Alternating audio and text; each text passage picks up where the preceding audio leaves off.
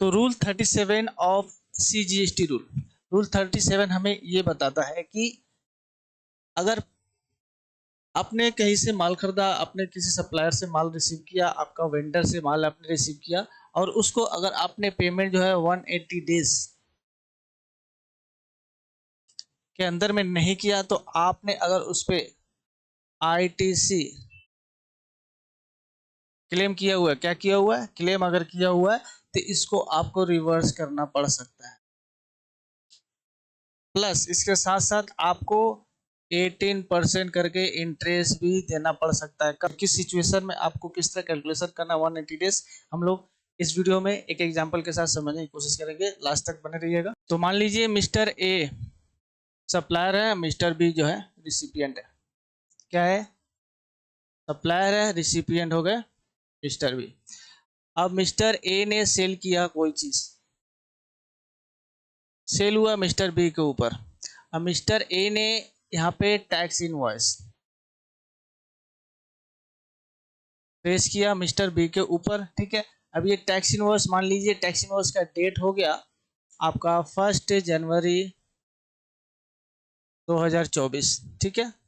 अब ये 1 जनवरी 2024 invoice date है, तो इसका अगर हम लोग ड्यू डेट मांग रहे हैं 180 डेज के हिसाब से एज पर रूल 37, तो यहाँ पे हो जाएगा जनवरी से लेकर जनवरी फरवरी मार्च अप्रैल मई जून, 29 जून 2024, यानी कि इसका पेमेंट 29 जून 2024, ये हो गया 180 डेज।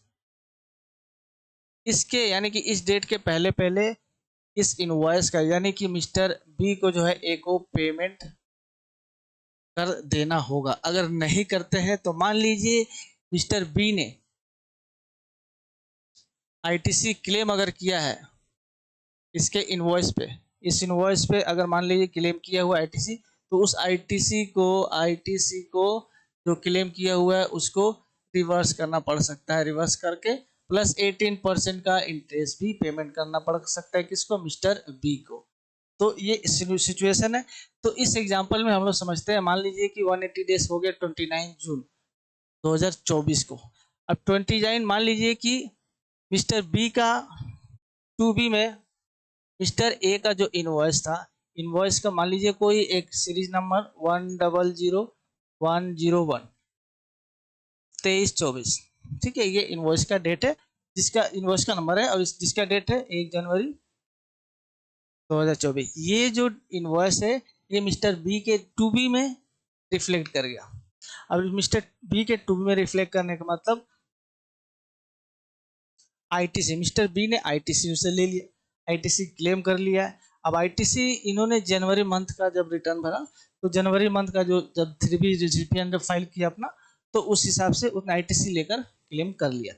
अब यहाँ प्रॉब्लम, क्लेम कर लिया कोई दिक्कत नहीं, हो गया आपका 29 जून ओवर।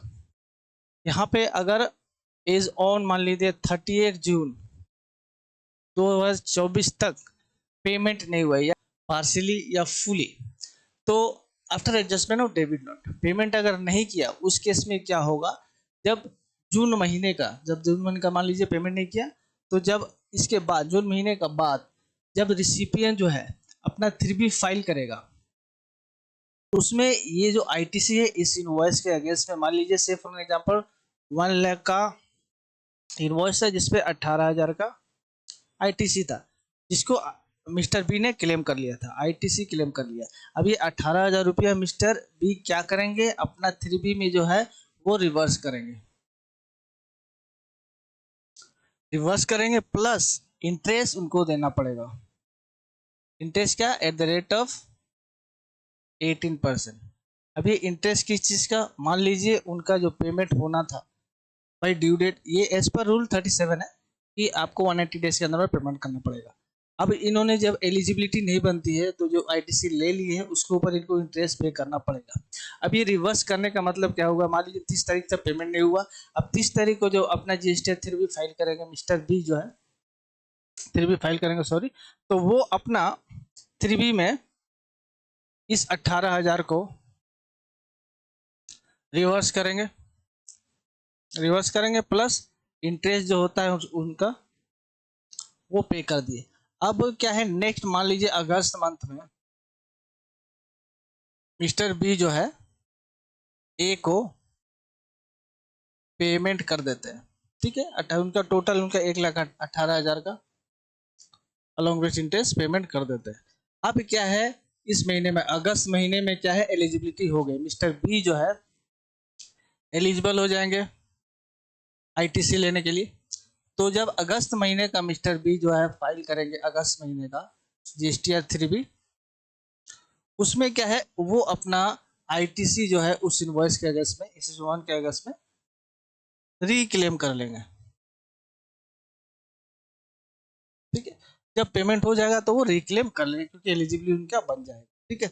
उससे पहले अगर एलिजिबिलिटी जब तक नहीं रही तो 180 डेज और होते हैं उनको अलॉन्ग विथ इंटरेस्ट रिवर्स करना पड़ेगा।